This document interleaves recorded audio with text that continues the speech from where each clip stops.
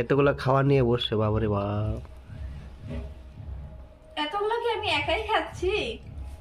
তো তোমার থালাটাও দেখাও। দেখো আমি একটা তরকারি দিয়ে খাচ্ছি, আর তোমার থালাটা দেখাও।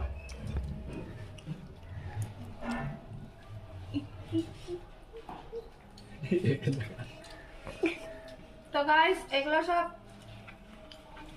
কালকে ছাদের রান্নাগুলো বেঁচে গিয়েছে, তো এখন আমরা সবাই সকালবেলা খাচ্ছি।